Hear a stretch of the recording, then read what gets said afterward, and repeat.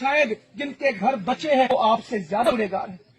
आपके ऊपर अल्लाह का ये एहसान हुआ कि दुनिया की मुसीबत आई और आखिरत की मुसीबत इसके नतीजे में कम हो गई। ये छोटा एहसान नहीं है कि दुनिया की आजमाइश आई और इस आजमाइश का अजर कब मिलना है? क़यामत में।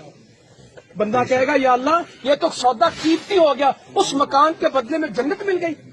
मकान बेकार होते हैं, आज ही तो कल कब्रिस्तान में चले जाएंगे, जन्नत हमेशा मिलनी है। तो इस मकान से ज्यादा फिक्र किसकी हो?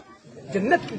तो तौबा करनी, अल्लाह से दोस्ती करनी, अल्लाह की नाफरमानी छोड़नी, ये हम पे फर्ज है। मेरे भाइयों, बुजुर्गों, मेरी बहनों, अगर हमने ये काम ना किया, ये राशन 10 दिन चलेगा कि 5 दिन?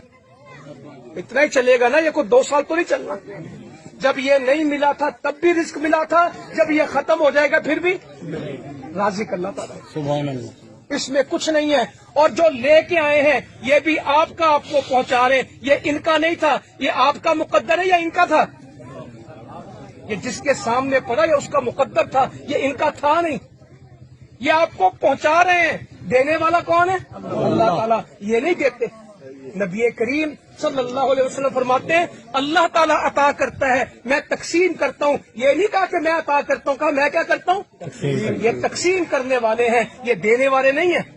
देने वाला कौन है? अल्लाह है। उसी पे तवक्कल करेंगे तो ये जमात आपके पास आती है। मुझे अपने बारे में भी फिक्र होनी चाहिए, आपके बारे में, आपके बच्चों के बारे में। दुनिया